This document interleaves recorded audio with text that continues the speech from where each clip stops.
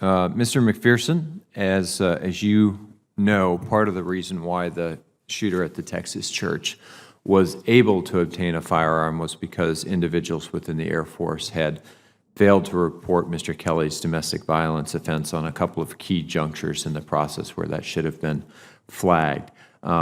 It's my understanding that the Air Force is now scrubbing their entire data nationwide to determine just how big a problem, how pervasive this is.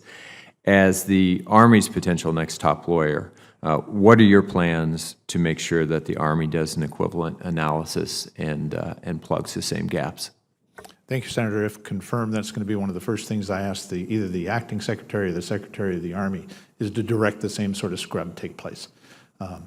Not only have we reported it correctly in the past, but how will the Army go back and capture those that weren't reported? Absolutely. And is there some way to streamline that reporting process so it doesn't go through a whole series of hands where you can have a point of failure at any one of those? There needs to be some way that it's made more automated and more reliable in reporting. It appears that the Air Force may be reporting different convictions to different databases. And do you know the criteria that the Army currently uses to determine which crimes to report to either the NCIS, the NCIC, or the III databases? Senator, I'm not aware of the criteria that's used, but if confirmed, I'll become very aware of it. One of the things I'm getting at is I'm trying to determine whether there's a legitimate reason for not reporting all eligible convictions to the NICS database.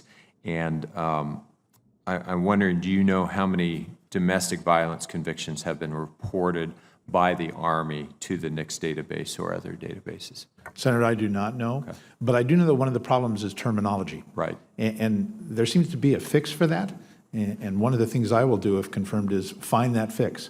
Although a conviction under an article in the UCMJ may not fit to a conviction under 18 U.S. Code, just because it doesn't fit doesn't mean it shouldn't be reported. That's a procedural problem, right? Exactly. If someone's convicted of assault, but the assault was actually an assault on a family member, right, that should meet the requirement for domestic violence. Yes.